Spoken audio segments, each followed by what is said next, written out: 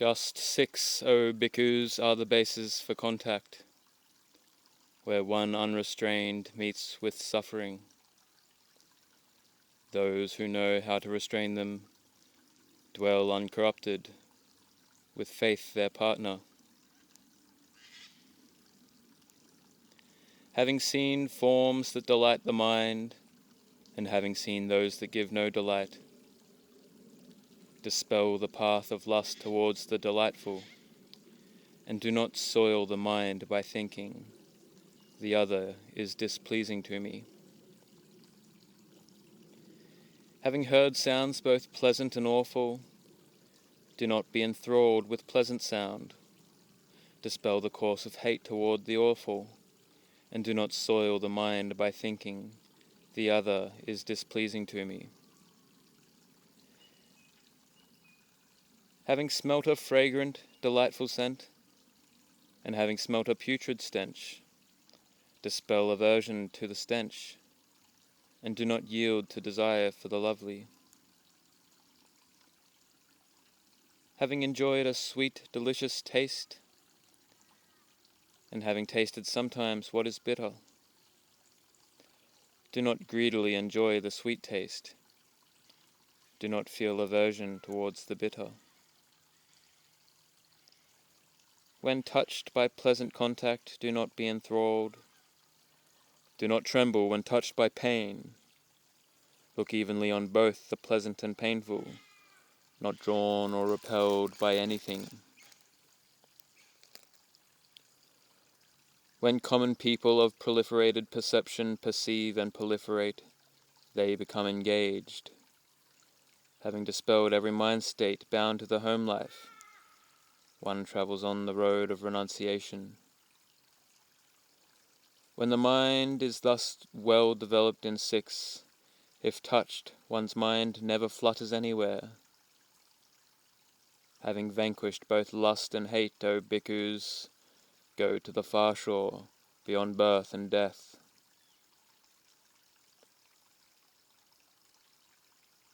These 6 bases for contact, if untamed, unguarded, unprotected, unrestrained, are bringers of suffering. Bhikkhus, these 6 bases for contact, if well tamed, well guarded, well protected, well restrained, are bringers of happiness.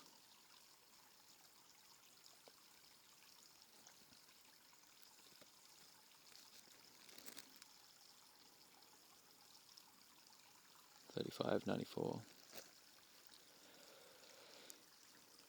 It is the unformed, the unconditioned, the end, the truth, the other shore, the subtle, the everlasting, the invisible, the undiversified, peace, the deathless, the blessed, safety, the wonderful and marvelous Nibbana, purity, freedom, the island, the refuge, the beyond. Having nothing, clinging to nothing, that is the island, there is no other. That is Nibbana, I tell you, the total ending of aging and death. Cessation of greed, of hatred, and of delusion is the unformed, the unconditioned.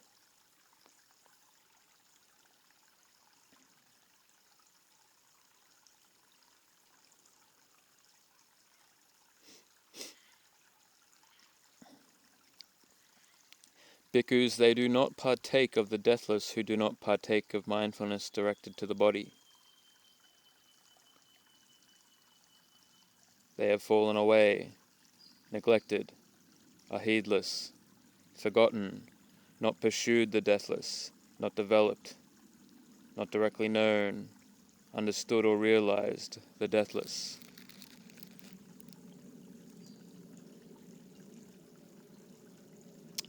But if lust, anger and illusion are given up, one aims neither at one's own harm and ruin, nor at the harm or ruin of others, nor at the harm or ruin of either, or both. They experience no mental pain or grief. Thus is Nibbana visible in this very life, immediate, inviting, attractive, and comprehensible to the wise.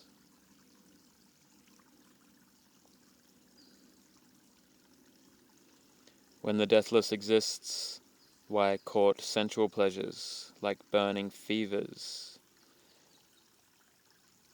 Every sensual delight is on fire, ablaze, seething. Sensuality is that fire. Those who don't let go get burnt.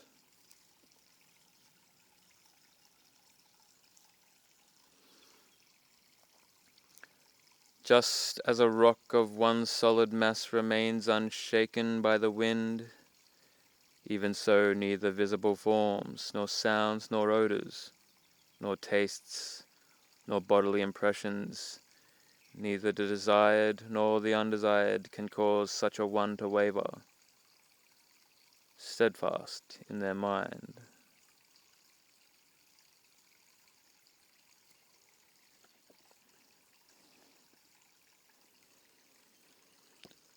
Udana verses. Whatever sorrows or lamentations there are, the various kinds of suffering in the world, it is because of something dear that these exists. Without something dear, these do not exist. So they are happy and free from sorrow, who have nothing dear anywhere in the world. So aspiring to be sorrowless and stainless, do not hold dear anything anywhere in the world.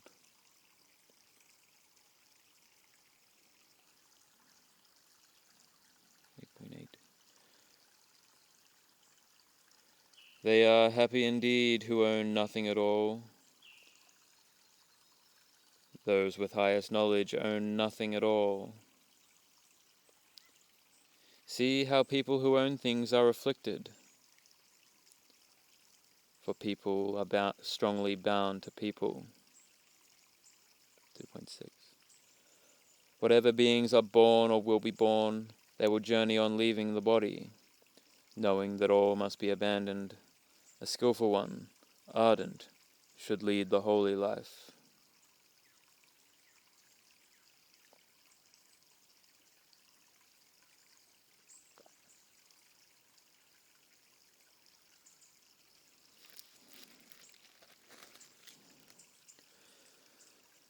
Dhammapada 94. Even the gods hold dear the wise one, whose senses are subdued like horses well trained by a charioteer, whose pride is destroyed, and who is free from the outflows.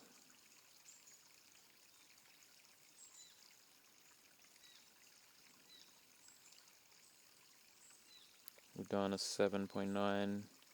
What use is digging a well when there is water everywhere? When craving's root is served, what would one go about seeking?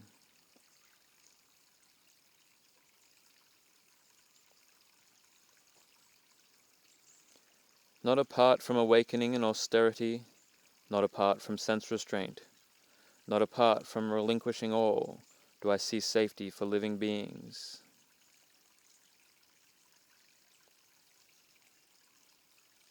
Sutta Nipada 1.3. Yearning for craving's destruction, heedful, intelligent, learned, and mindful, having comprehended the Dharma, fixed in destiny, vigorous in striving, one should live alone like a rhinoceros, like a lion unalarmed among sounds, like the wind not caught in a net, untainted like a lotus by water. One should live alone like a rhinoceros.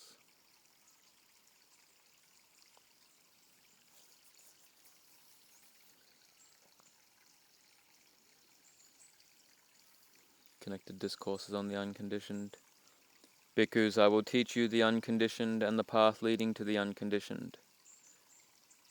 The destruction of lust, the destruction of hatred, the destruction of delusion. This is called the unconditioned. And what, bhikkhus, is the path leading to the unconditioned? Mindfulness directed to the body. And 1.595. Mindfulness of the body leads to great good, security from bondage, attainment of knowledge and vision. Ignorance is abandoned, leads to nibbana through non-clinging, leads to the fruit of stream entry, once returning, non-returning, arahantship, leads to greatness of wisdom, a state of unsurpassed wisdom, to abundance of wisdom, to buoyancy of wisdom, the joyousness of wisdom, swiftness of wisdom. Anyone who has developed and cultivated mindfulness of the body has included within himself whatever wholesome states there are that partake of true knowledge, just as extending your mind over the great ocean has included within it whatever streams that there are that flow into the ocean.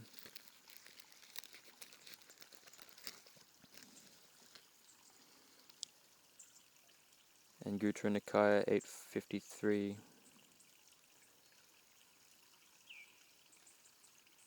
These things lead to dispassion, not to passion. You can be certain it is the Dharma. To detachment, not to bondage.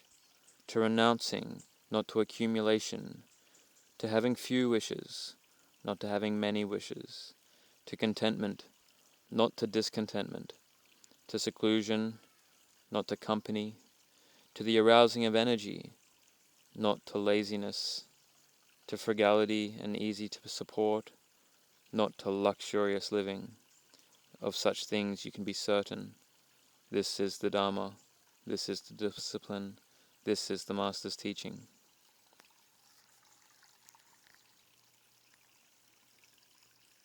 Dhammapada 1.1 Raga Sutta. He neither goes too far nor lags behind, and knows about the world this is all unreal. Greedless he knows this is all unreal. Lust-free he knows this is all unreal. Hate-free he knows this is all unreal. Delusion-free he knows this is all unreal. Such monk gives up the here and the beyond, just as a serpent sheds its worn-out skin.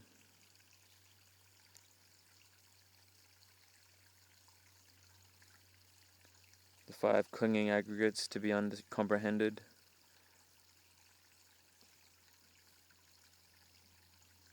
Craving for sensuality, becoming and non-becoming to be abandoned. The giving up, letting go, renunciation of that very craving to be directly experienced, and the way of practice leading to cessation to be developed.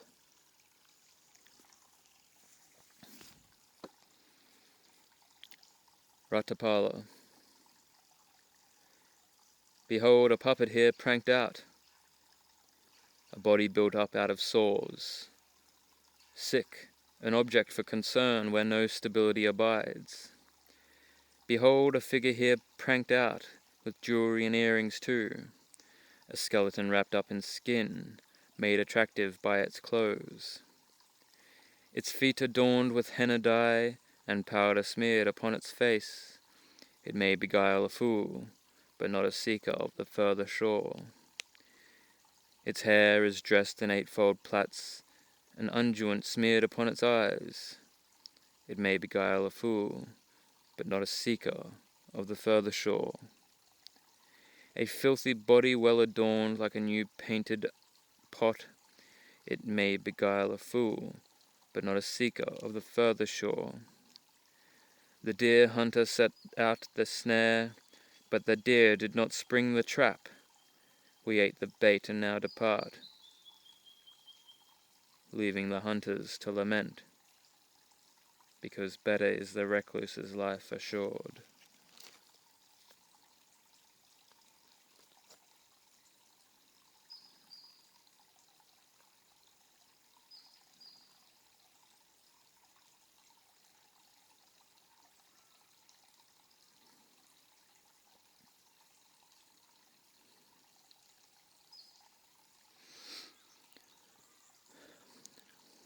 Majjhima Nikaya 125 on the gradual training.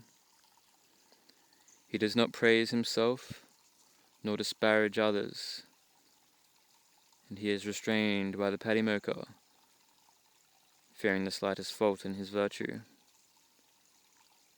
With guarded sense faculties, composed, not grasping at features, he is moderate in eating, mindful with restraint and noble silence.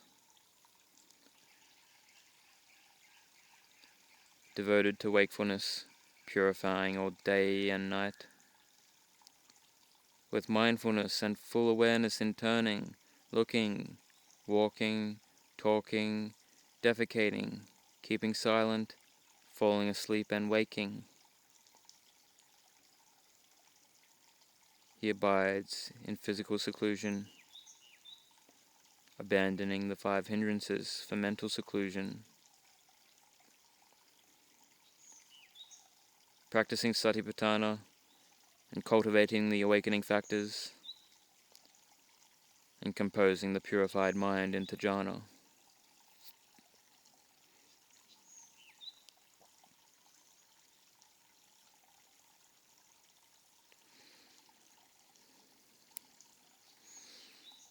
Just as a man whose clothes or turban are on fire would apply his utmost zeal and energy, effort and exertion, as well as mindfulness and clear comprehension, so that he may extinguish the fire, even so the monk should apply his utmost zeal and energy for the abandoning of evil and unwholesome qualities.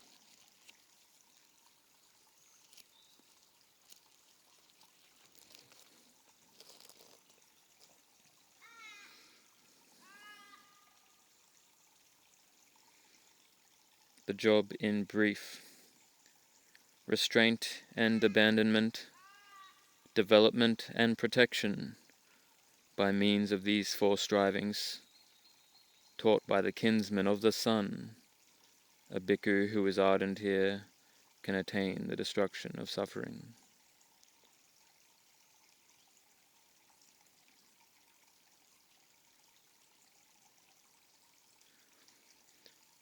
The flies, thoughts based on lust, will ruin and run in pursuit of one unrestrained in the sense faculties. Unguarded in the eye and ear, a bhikkhu who is polluted, tainted by a stench, is far from nibbana and reaps only distress. Whether in the village or in the forest, the unwise foolish person, not having gained peace for himself, goes around followed by flies. But those accomplished in virtuous behavior, who delight in wisdom and peace, those peaceful ones live happily, having destroyed the flies.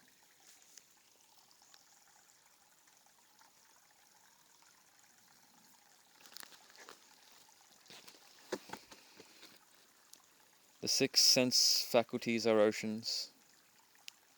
The 6 sense objects are currents. Faring along the spiritual path is a voyage of dangers surmounted by restraint.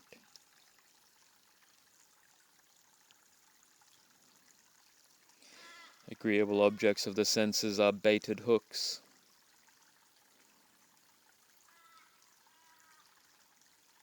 Restrain the 6 animals with the post of bodily mindfulness.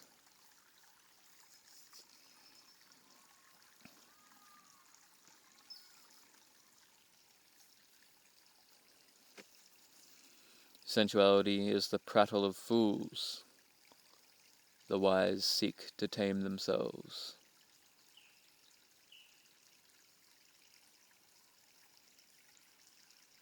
Before a joy proposed, behind a dream.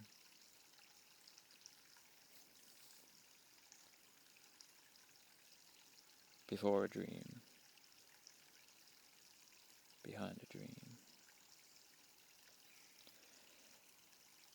Empty villages are the 6 internal sense bases. Village attacking bandits are the 6 external bases. You are pursued by 4 elements, 4 vipers, 5 murderous enemies, 5 aggregates, pursued by an assassin of lust. Your only means of escape is a handmade raft, the 8-fold path. Make an effort with hands and feet by rousing energy. the far shore is Nibbana.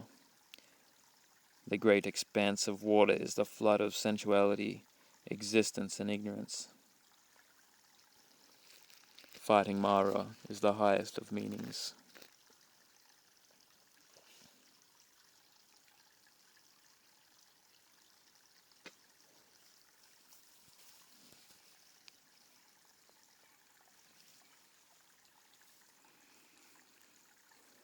One should not do evil in all the world, not by speech, mind, or body.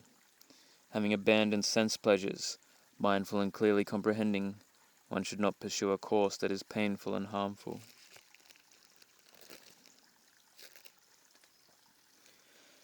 One should train in virtue. Silava, Theragata 12.1. For in this world, when virtue is cultivated and well restrained, it provides all success. Desiring 3 kinds of happiness, praise, prosperity, and to delight in heaven after passing away, the wise should protect virtue. The well-behaved have many friends because of their self-restraint, but one without virtue, of bad conduct, drives away their friends. A person of bad behavior has ill repute and infamy. A person of virtue always has a good reputation, fame, and praise. Virtue is the starting point and the foundation, the mother at the head of all good qualities. Therefore you should purify virtue. Virtue is a boundary and a restraint and enjoyment for the mind, the place where all the Buddhas cross over. Therefore you should purify virtue. Virtue is the matchless power. Virtue is the ultimate weapon. Virtue is the best ornament. Virtue is a marvelous coat of armor. Virtue is a mighty bridge. Virtue is the unsurpassed scent. Virtue is the best perfume that floats in all directions. Virtue is the best provision. Virtue is the unsurpassed supply for a journey. Virtue is the best vehicle that takes you in all directions. In this life they're famous. After passing away they're happy in heaven. A person with understanding is happy everywhere, because they are endowed with virtue. Virtue is the best in this life, but a person with understanding is supreme among human and gods, conquering with virtue and understanding.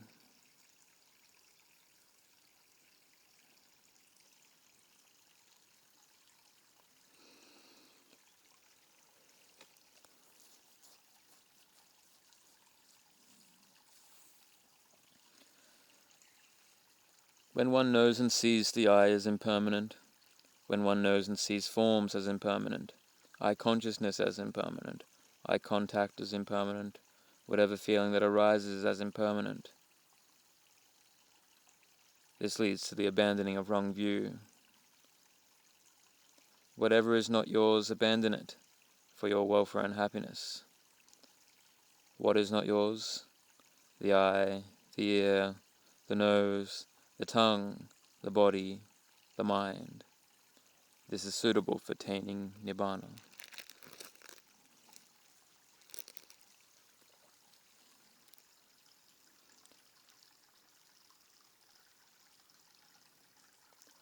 Whatever ascetics and Brahmins, having thus directly known form, its origin, its cessation, and the way leading to its cessation, are practicing for the purpose of revulsion towards form, for its fading away and cessation, they are practicing well.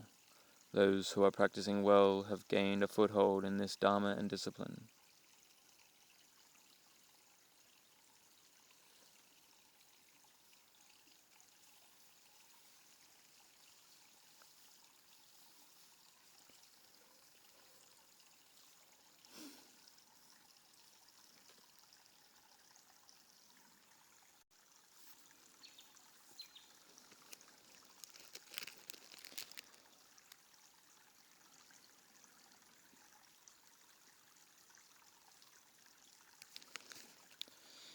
Seeing thus Rahula, a well-taught noble disciple becomes disenchanted with the eye, with forms, with eye consciousness, with eye contact, with anything comprised within the feeling, perception, formations and consciousness that arise with eye contact as condition.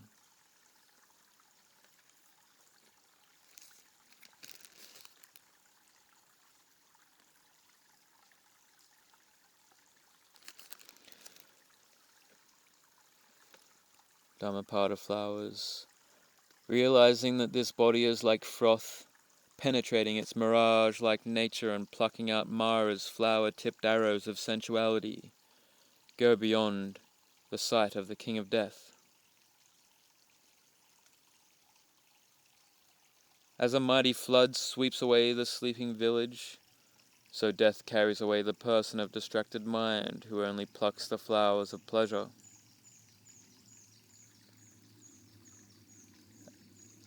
Let none find fault with others, let none see the omissions and commissions of others, but let one see one's own acts done and undone.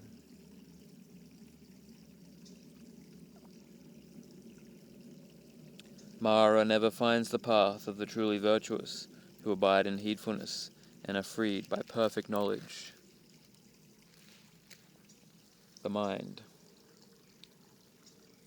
As a fish when pulled out of water and cast on land throbs and quivers, even so is this mind agitated. Hence should one abandon the realm of Mara. Wonderful it is, indeed, to subdue the mind, so difficult to subdue, ever swift and seizing whatever it desires. A tamed mind brings happiness.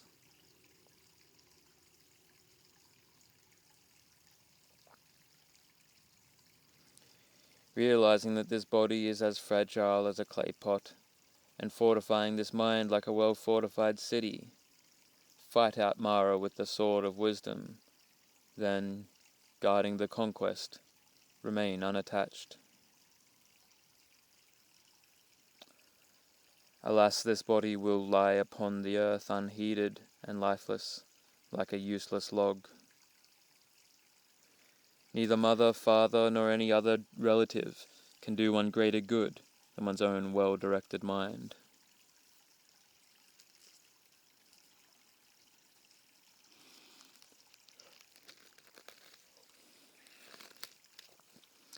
Associating with good persons leads to hearing the good Dharma, leading to faith, leading to careful attention, the yoniso manasikara, and mindfulness and clear comprehension,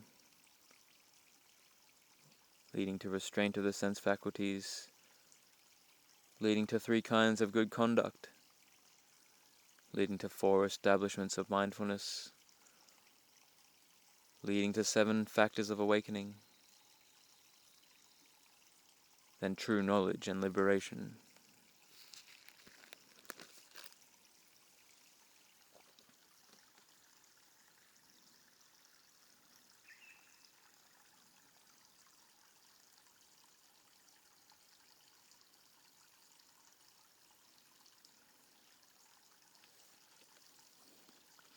With confirmed confidence in the Buddha, Dharma, and Sangha, he possesses virtues dear to the noble ones, unbroken, unblemished, leading to samadhi.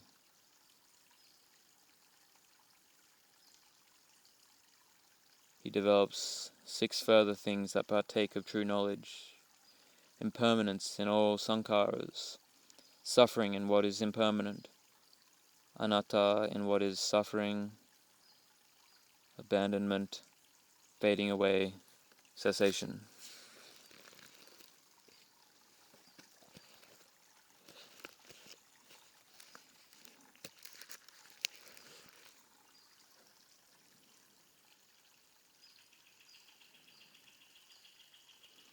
Affection. Seek no intimacy with the beloved, and also not with the unloved, for not to see the beloved and to see the unloved both are painful. Therefore hold nothing dear, for separation from the dear is painful. There are no bonds for those who have nothing beloved or unloved. From lust and craving springs grief. From lust and craving springs fear. For one who is wholly free from craving, there is no grief. Whence then the fear?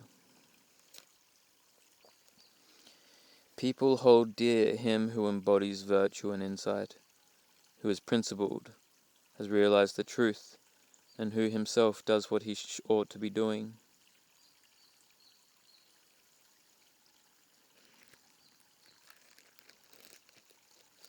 Anger. One should give up anger, renounce pride, and overcome all fetters. Suffering never befalls him who clings not to the mind and body and is detached.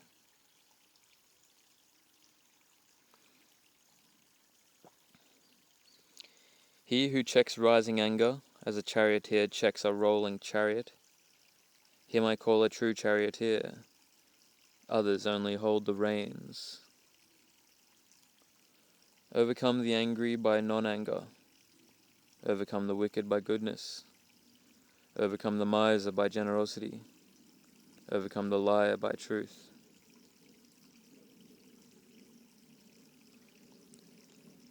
Let a man guard himself against irritability in bodily action, speech, and thought. Let him be controlled in bodily deed, action, speech, and mind, abandoning bodily misconduct, abandoning verbal misconduct, and abandoning mental misconduct. Let him practice good conduct in deed, speech, and thought.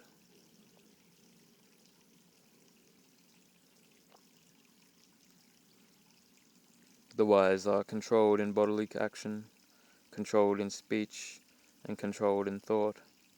They are truly well controlled.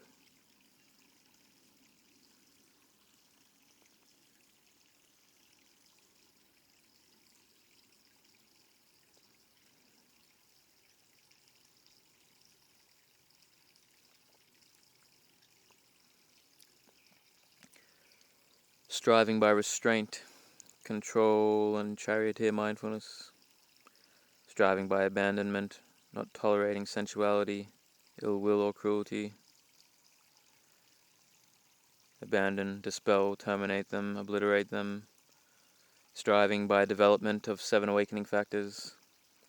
Striving by protection, by the excellent object of concentration, perceptions of skeleton, or festering corpse. Restraint and abandonment, development and protection. Do not be heedless, or else you will regret it.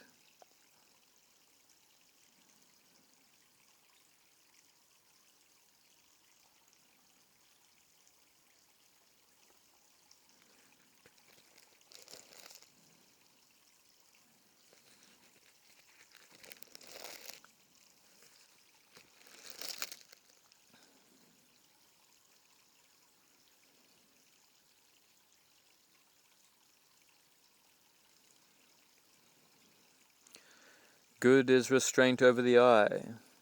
Good is restraint over the ear. Good is restraint over the nose. Good is restraint over the tongue.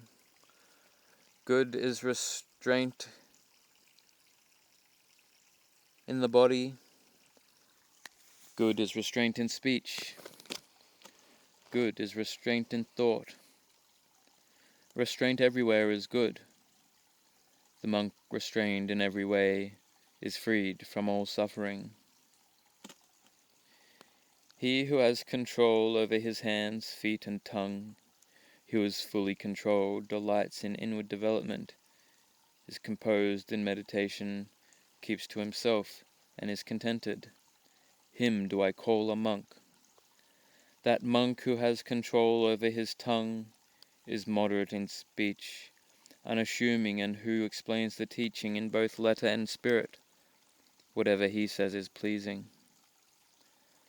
The monk who abides in the Dhamma, delights in the Dhamma, meditates on the Dhamma, and bears the Dhamma well in mind, he does not fall away from the sublime Dharma.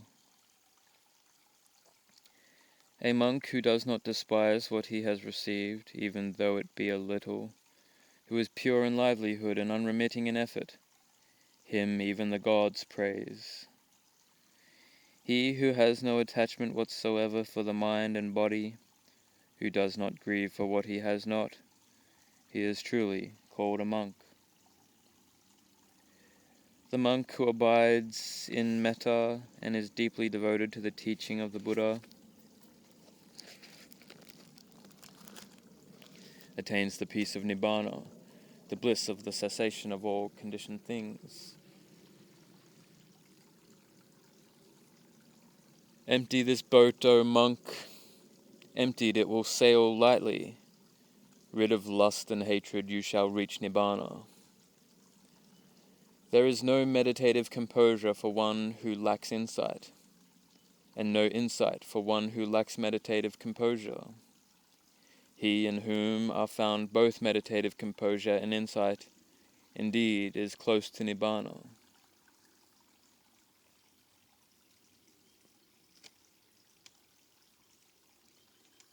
The monk who has retired to a solitary abode and calmed his mind, who comprehends the Dharma with insight, in him there arises a delight that transcends all human delights. Whatever he sees with insight, whenever he sees with insight the rise and fall of the aggregates, he is full of joy and happiness. To the discerning one, this reflects the deathless. Just as a jasmine creeper sheds its withered flowers, even so, O monk, you should totally shed lust and hatred. The monk who is calm in body, calm in speech, calm in thought, well composed, and who has spewed out all worldliness, he truly is called serene. By oneself one must censure oneself and scrutinize oneself. The self-guarded and mindful monk will always live in happiness.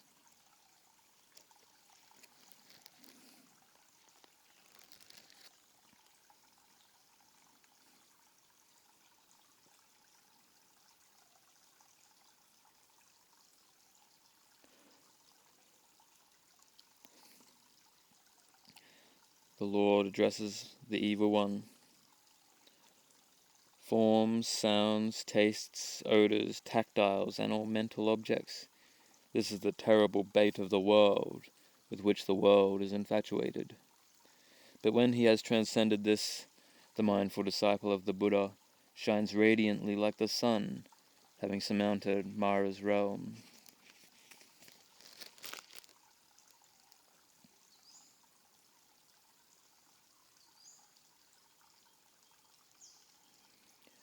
Just as mountains of solid rock, massive, reaching to the sky, might draw together from all sides, crushing all the four quarters, so aging and death come rolling over living beings of all classes and species.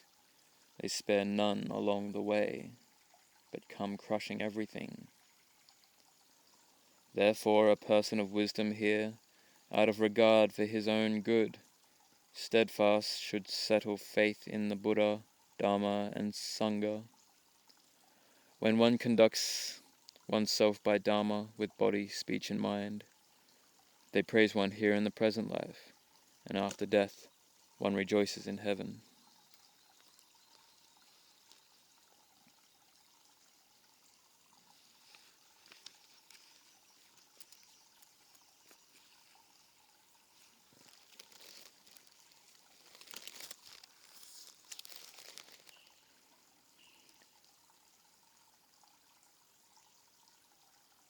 Point 1 Mahakachayana. Don't get involved in lots of work. Avoid people and don't try to get more requisites. If you're eager and greedy for flavors, you'll miss the goal that brings such happiness. They know that this really is a bog, this homage and veneration among respectable families. Honor is such a dart hard to extract, and hard for a bad man to give up. Your deeds aren't bad because of what others do. You yourself should not do bad, for people have deeds as their kin. You're not a criminal because of what someone else says, and you're not a sage because of what someone else says. But as you know yourself, so the gods will know you. Others don't understand that here we come to an end. Those who do understand this settle their quarrels. A wise person lives on even after their wealth is lost, but without gaining wisdom, even a wealthy person doesn't really live. All is heard with the ear, all is seen with the eye. The wise would not think that all that is seen and heard is worthy of rejection. Though you have eyes, be as if blind. Though you have ears, be as if deaf. Though you have wisdom, be as if stupid. Though you have strength, be as if feeble. Then when the goal is realized, you may lie on your deathbed.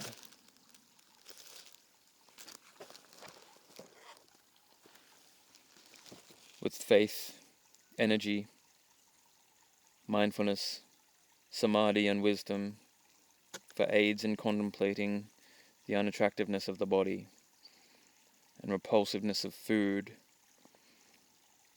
non-delight in the entire world, impermanence in all conditioned phenomena, perception of death established internally.